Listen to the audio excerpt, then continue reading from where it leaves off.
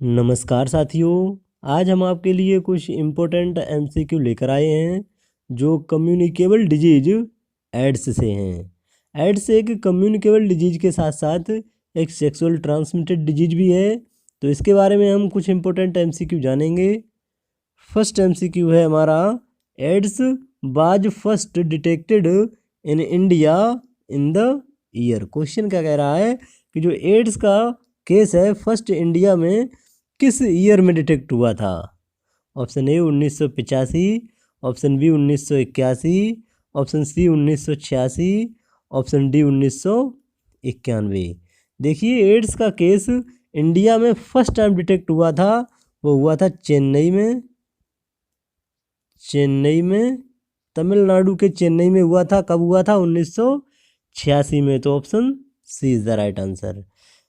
और एक चीज़ ध्यान रखने की ज़रूरत है, क्वेश्चन में पूछा गया है कि एड्स का केस इंडिया में कब डिटेक्ट हुआ था, तो 1986।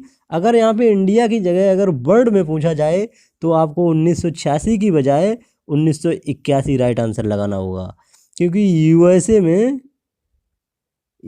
में फर्स्ट केस वर्ल्ड में अगर पूछा जाए तो फर्स्ट केस यूएसए में डिटेक्ट हुआ था। और कब हुआ था? 1981 में। लेकिन क्वेश्चन में क्या पूछा गया है? इंडिया में। तो हमें 1986 में डिटेक्ट हुआ था। और कहाँ? तमिलनाडु के चेन्नई में डिटेक्ट हुआ था। ये चीज़ बहुत ज़रूरी है याद रखने के लिए। तो option C is the right answer. चलते हैं नेक्स्ट क्वेश्चन की तरफ। नेक्स्ट क्वेश्चन है, एड्स डिजीज इज। क्वेश्चन क्या कह रहा है कि एड्स डिजीज है, किसकी डिजीज है? Option A bacterial disease, option B viral disease, option C fungal disease, option D protozoal disease. देखिए, जो एड्स डिजीज है वह एक वायरल डिजीज है। Option B is the right answer. कौन सा वायरस है? HIV virus. HIV वायरस जो होता है, ह्यूमन इम्यूनो डिफिशियंसी वायरस जो होता है, वह एड्स की डिजीज काउज करता है। तो जो एड्स डिजीज है वह एक वायरल डिजीज है। Option B is the right answer. चलते हैं नेक्स्ट क्वेश्चन की तरफ। नेक्स्ट क्वेश्चन है, HIV virus belong to which of the following group. Question क्या कह रहा है कि जो HIV वायरस होता है वह नीचे दिए गए में से कौन से ग्रुप से बिलोंग करता है? Option A flavivirus, option B retrovirus, option C rhabdovirus, option D hepadnavirus. देखिए, जो HIV वायरस है वह रीट्रो वायरस ग्रुप से बिलोंग करता है। तो option B is the right answer. HIV virus है वह रीट्रो वायरस ग्रुप से बिलोंग करता है।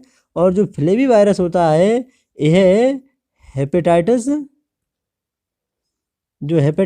C वायरस होता है। हेपेटाइटिस C इसका एग्जाम्पल है। और जो रेबडो वायरस होता है ये रेबीज वायरस होता है। रेबडो वायरस का एग्जाम्पल जो है वह रेबीज है। और हेपेडना वायरस का जो एग्जाम्पल है वह हेपेटाइटिस B है। तो जो क्वेश्चन में पूछा गया है option B is the right answer. चलते हैं नेक्स्ट क्वेश्चन की तरफ। नेक्स्ट क्वेश्चन है, causative organism of AIDS is. Question क्या कह रहा है कि जो एड्स की डिजीज होती है जिसे एक्वायर्ड इम्यूनो डिफिशियंसी सिंड्रोम कहा जाता है, इसका कॉजेटिव ऑर्गेनिज्म क्या है? Option A orthomyxovirus, option B retrovirus, option C rhabdovirus, option D paramyxovirus. देखिए, जो एड्स की डिजीज होती है इसका कॉजेटिव ऑर्गेनिज्म जो होता है वह होता है retrovirus. Option B is the right answer.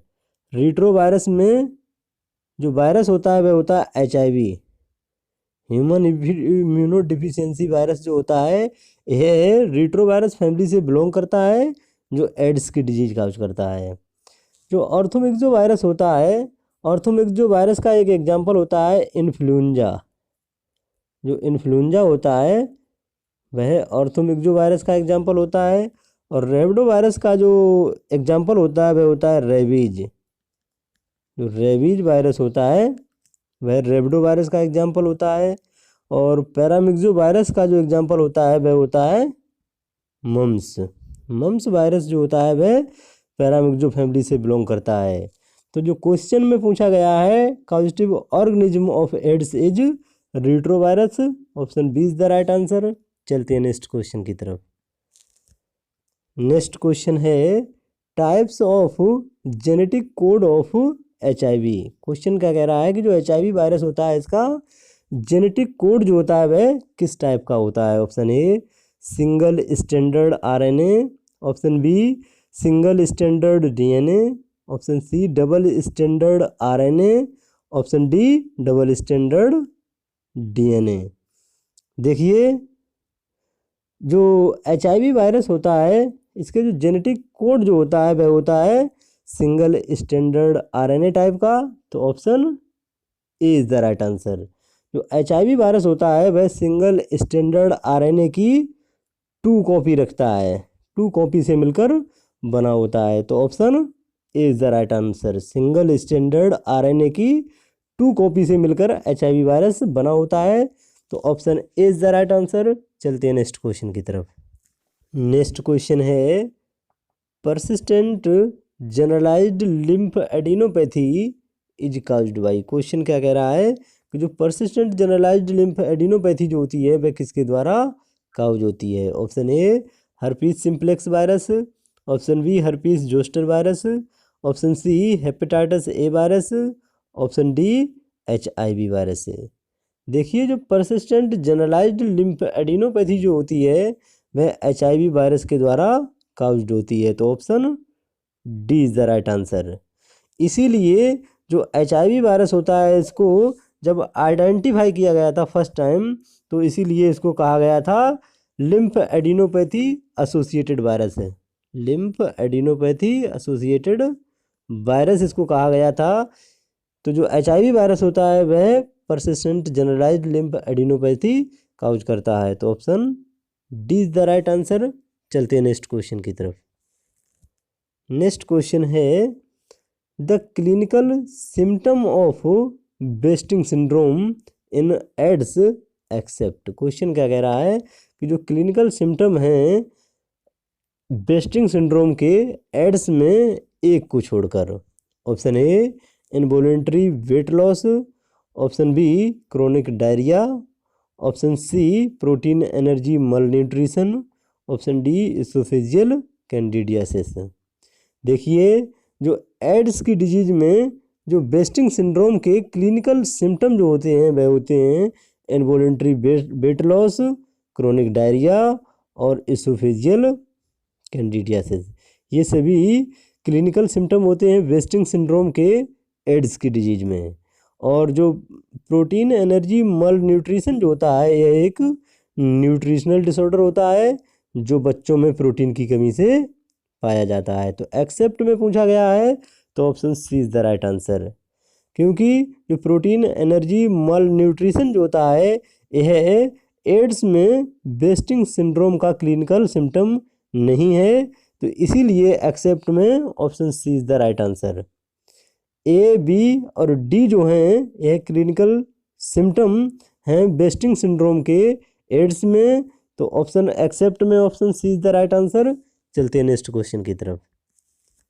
Next question है an AIDS patient has all of the following complaints which one need immediate intervention. Question क्या कह रहा है कि एक एड्स का पेशेंट है जो नीचे दिए गई सभी कंप्लेंट्स करता है, उनमें से कौन सी एक ऐसी कंप्लेंट है जिसको इमीडिएट इंटरवेंशन की आवश्यकता है। Option A complaint of pain in mouth, option B unexplained weight loss of 1.5 kg during last month, option C anorexia, option D constipation. देखिए जो एड्स का पेशेंट है वह नीचे दिए गए सभी कंप्लेंट करता है, तो उनमें से कौन सी ऐसी कंप्लेंट है जिसको इमीडिएट इंटरवेंशन की आवश्यकता है।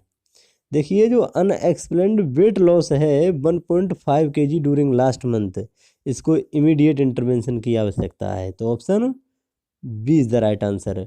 जो एड्स का पेशेंट होता है उसका जो क्लिनिकल फीचर मेन जो होते हैं मेजर क्लिनिकल फीचर होते हैं उसमें एक होता है अनएक्सप्लेन्ड वेट लॉस और दूसरा होता है क्रोनिक जैसे डायरिया, अगर 1 मंथ तक डायरिया होती है, और एक होता है 1 मंथ तक फीवर का होना। ये जो होते हैं इनको इमीडिएट इंटरवेंशन की आवश्यकता होती है। एक अनएक्सप्लेन्ड जिसको वेस्टिंग सिंड्रोम कहा जाता है, वेस्टिंग सिंड्रोम में क्या होता है कि जो वेट जो होता है वह अनएक्सप्लेन्ड किया जा सकता है, जैसे अनएक्सप्लेन्ड तरीके से वेट लॉस होता है और उसको पता भी नहीं चलता है रोगी को कि हमारा वेट कैसे लॉस हो रहा है, और उसमें लगातार 1 महीने तक फीवर और 1 महीने तक डायरिया रहता है। तो ये मेजर क्लिनिकल फीचर होते हैं, इनको इमीडिएट इंटरवेंशन की आवश्यकता होती है एड्स के पेशेंट में। तो option B is the right answer. चलते हैं नेक्स्ट क्वेश्चन की तरफ। नेक्स्ट क्वेश्चन है major symptom of an AIDS patient is. Question क्या कह रहा है कि जो एड्स का पेशेंट होता है उसमें मेजर सिम्टम कौन से होते हैं। Option A weight loss, option B diarrhoea, और ऑप्शन सी फीवर, और option D all of above. देखिए एड्स के पेशेंट में जो मेजर सिम्टम होते हैं वह होता है डायरिया 1 मंथ तक, और फीवर भी होता है वह भी 1 मंथ तक रहता है, और वेट लॉस जो होता है वह 1.5 kg जो होता है 1 मंथ में। तो ये मेजर सिम्टम होते हैं तीनों। तो all of above is the right answer, क्योंकि जो मेजर सिम्टम है एड्स पेशेंट के तो वो होते हैं all of above. Option D is the right answer. चलते हैं नेक्स्ट क्वेश्चन की तरफ। नेक्स्ट क्वेश्चन है the most common route of transmission of HIV in India is. Question क्या कह रहा है कि जो मोस्ट कॉमन रूट होता है HIV के ट्रांसमिशन का इंडिया में वह कौन सा होता है। Option A blood and blood products, option B injecting drug, option C homosexual, option D heterosexual. देखिए जो दिए गए सभी जो हैं ये HIV के ट्रांसमिशन के रूट हैं, लेकिन जो मोस्ट कॉमन रूट होता है HIV के ट्रांसमिशन का इंडिया में वो होता है हेट्रोसेक्सुअल ट्रांसमिशन। तो option D is the right answer. दिए गए सभी जो हैं वह HIV के ट्रांसमिशन के रूट हैं, लेकिन जो मोस्ट कॉमन रूट होता है वह होता है हेट्रोसेक्सुअल ट्रांसमिशन। तो option D is the right answer. चलते हैं नेक्स्ट क्वेश्चन की तरफ। नेक्स्ट क्वेश्चन है the vertical transmission of disease occur through. Question क्या कह रहा है कि जो वर्टिकल ट्रांसमिशन होता है डिजीज का वह किसके द्वारा होता है। Option A droplets, option B direct contact, option C placenta, option D mosquito. देखिए वर्टिकल ट्रांसमिशन का मतलब क्या होता है कि मदर से बच्चे में डिजीज का ट्रांसमिशन होना प्लेसेंटा के द्वारा वर्टिकल ट्रांसमिशन कहलाता है।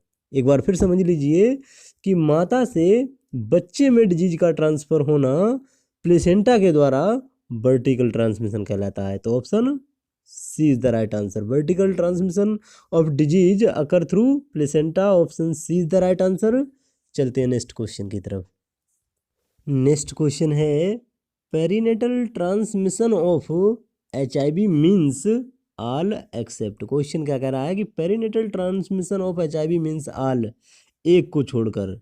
नीचे दिए गए सभी पेरिनेटल ट्रांसमिशन के हैं केवल एक को छोड़कर। Option A transplacental transmission, option B vertical transmission by preterm birth, option C breast feeding, option D sexual contact. देखिए क्वेश्चन में क्या पूछा गया है कि perinatal transmission of HIV means all, एक को छोड़कर। तो पेरिनेटल ट्रांसमिशन का मतलब क्या होता है। पेरिनेटल ट्रांसमिशन का ये मतलब होता है ये एक टाइम पीरियड होता है।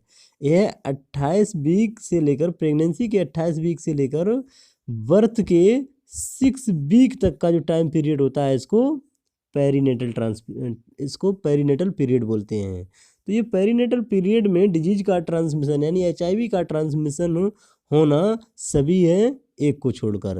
देखिए ट्रांसप्लेसेंटल ट्रांसमिशन जो होता है ये प्लेसेंटा के द्वारा बच्चे में ट्रांसफ़र होती है डिजीज, तो ये पेरिनेटल ट्रांसमिशन में आएगी। Vertical transmission by preterm birth, अगर प्रीटर्म बेबी होता है, और वर्टिकल ट्रांसमिशन में क्या होता है प्लेसेंटा के द्वारा मदर से बच्चे में डिजीज का ट्रांसफ़र होना, तो ये भी प्रेगनेंसी डिलीवरी के समय होता है ये, और ये पेरिनेटल पीरियड ट्रांसमिशन में आता है।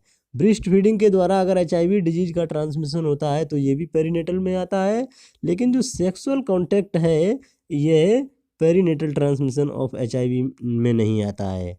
तो एक्सेप्ट में पूछा गया है, option D is the right answer.